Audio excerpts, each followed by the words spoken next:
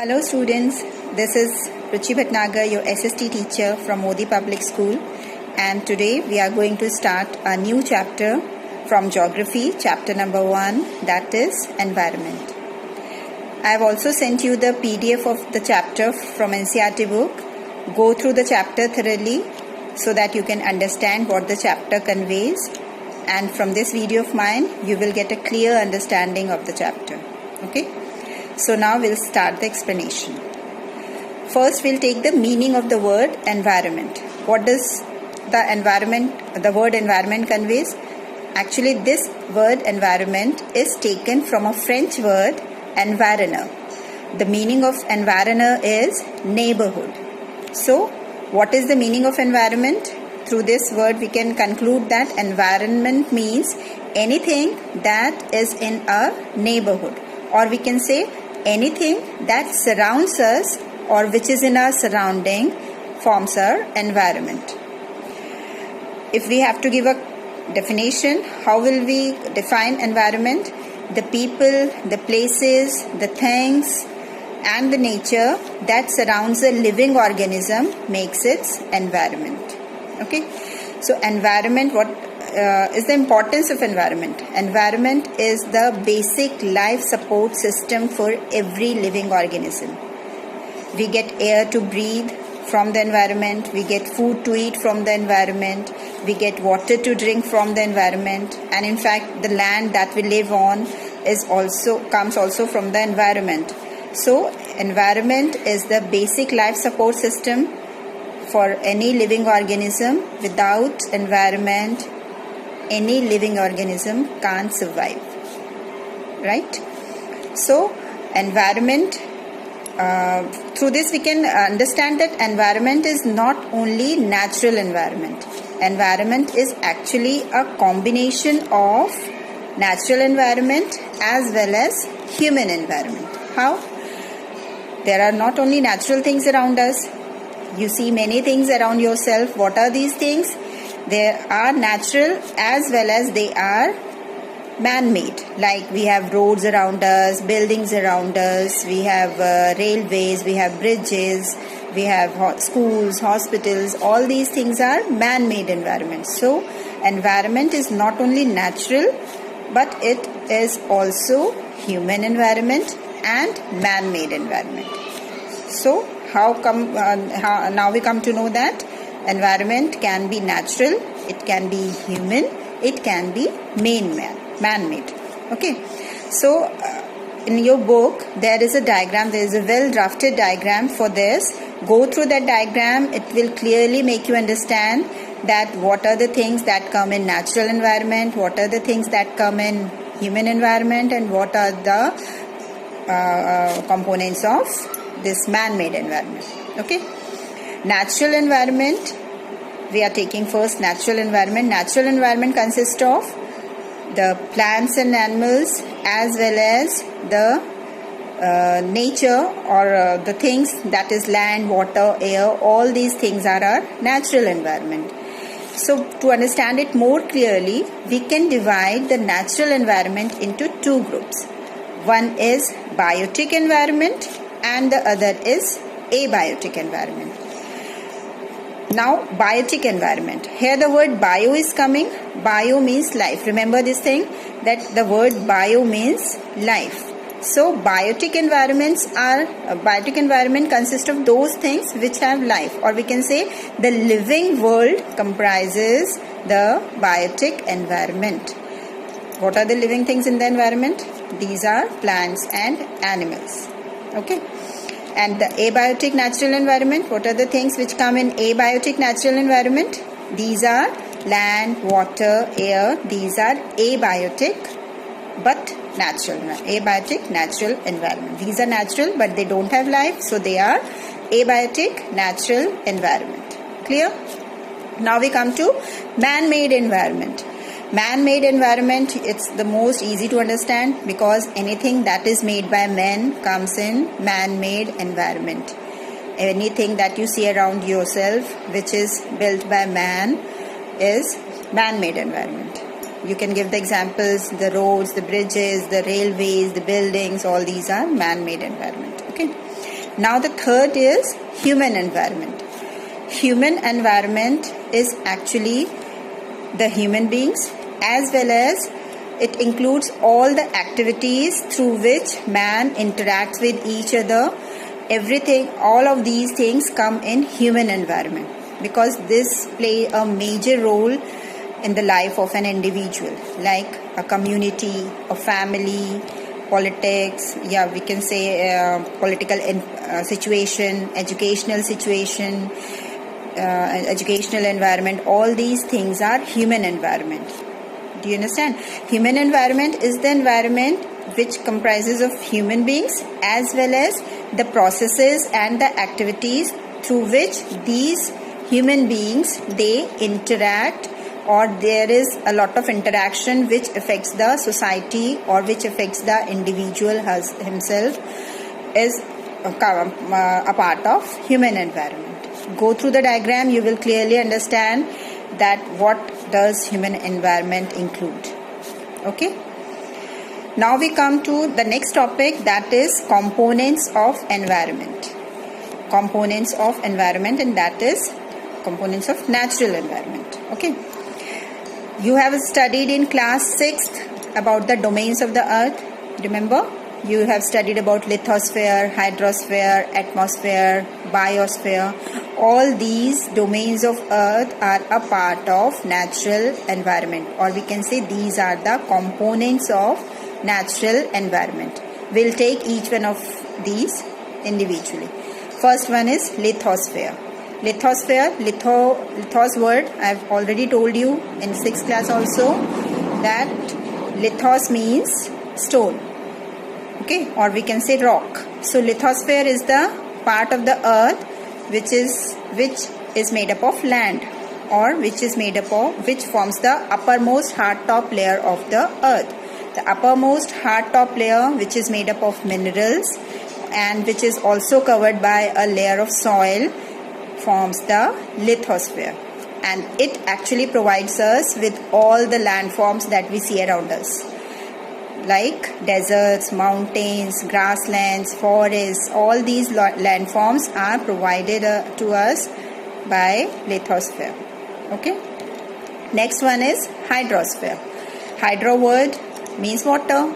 So hydrosphere includes all the sources of water. All the water bodies that are present on earth comes in hydrosphere.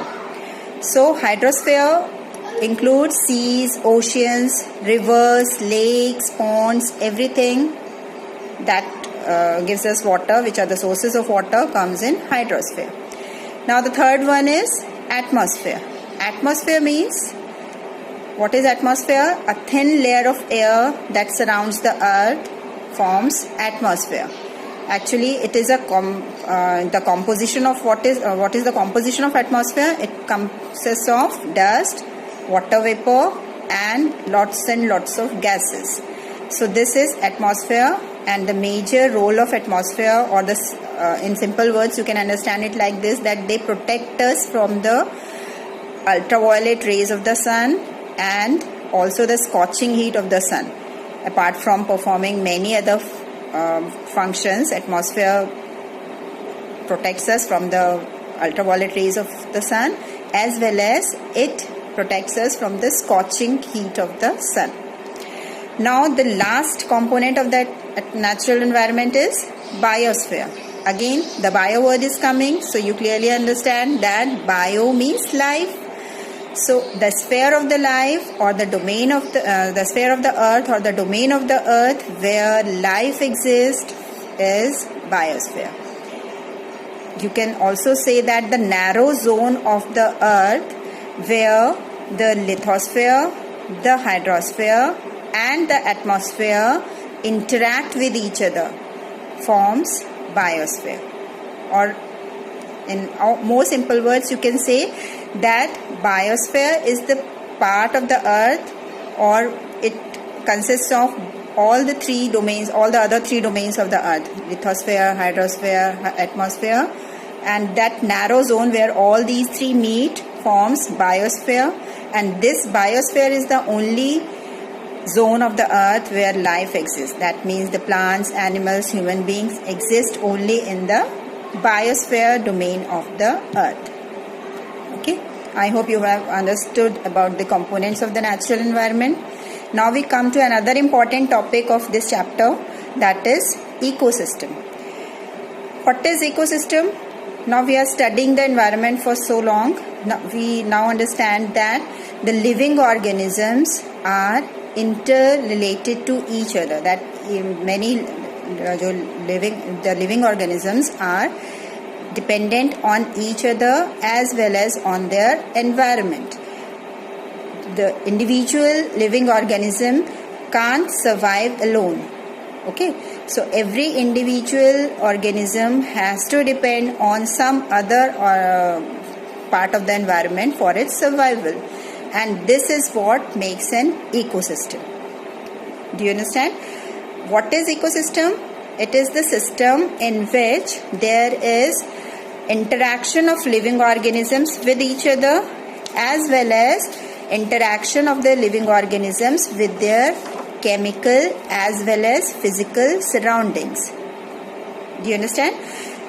Ecosystem. What is ecosystem? Ecosystem is the system in which the living organisms interact with each other, or we can say they are interdependent on each other as well as dependent on the physical and chemical surroundings in which they live. Okay, so there can be ecosystem of a forest, there can be ecosystem of a pond, there can be an ecosystem of the desert. So everywhere where the life exists, an ecosystem exists. Okay, so in this ecosystem, each organism is dependent on other organism or on their environment, and this dependence is basically through the transfer of energy and material. This is the important thing to understand, that there is transfer of energy and material between the organisms and between the environment. Clear? So this is ecosystem. Now the last topic of this chapter is human environment. We have already studied that this environment is not a solo phenomenon. It is actually a combination of human environment as well as natural environment. Or we can say that man is modifying the natural environment to fulfill his own needs, to carry on its survival. Man is modifying this natural environment. You have studied in history that in the early period, man has adapted itself towards according to the environment. Man has come to terms with the environment, and he used to fulfill his needs through the environment only without disturbing it. Okay, but what happened later on, as the gradual development took place, what happened? The needs of the human beings grew, and human beings started disturbing the environment, or we can say they started using the environment for their survival and for fulfilling their needs. What happened? That they started growing crops, they started domesticating animals, they started living a settled life. Then what happened? With more development, with the invention of wheel, more development came, and then what happened? The needs grew, people started making more and more things. The concept of market came with the concept of barter system. Barter system is this, you have studied it also, before also. Barter system is the system in which exchange of goods and things takes place without the use of money. Do you understand? That money was not used for buying and purchasing. People used to exchange goods and things in place of goods and things, okay, without the use of money. So with the concept of the market, the barter system came, and then slowly the concept of money came, trading started, commercial uses of things started, then industrial revolution came, the production increased, transportation increased, then came the information revolution. So all these things have come to us at the expense of the environment. That means we are disturbing the environment to fulfill all these needs of human beings. And we have already studied that a single disturbance or even a small disturbance in the environment can create an ecological imbalance. So now the time has come that man should understand that he should not disturb the environment to more than a particular extent. Otherwise, we will have to face the consequences of this change in the environment, with that we are basically experiencing the global warming and many other things which are the side effects of this ecological imbalance. So it's time now that human beings should understand that we should use the environment by not disturbing it to more than a particular extent. Okay, so now we come to the end of this chapter. The chapter is finished now. You go through the exercise, try to do the exercise yourself. I'm also sending you the PDF of question answers. Do the question answers in any rough notebook that you are having at your home, and try to understand, read the chapter, understand through this video, and utilize your time to do its best. Okay, thank you.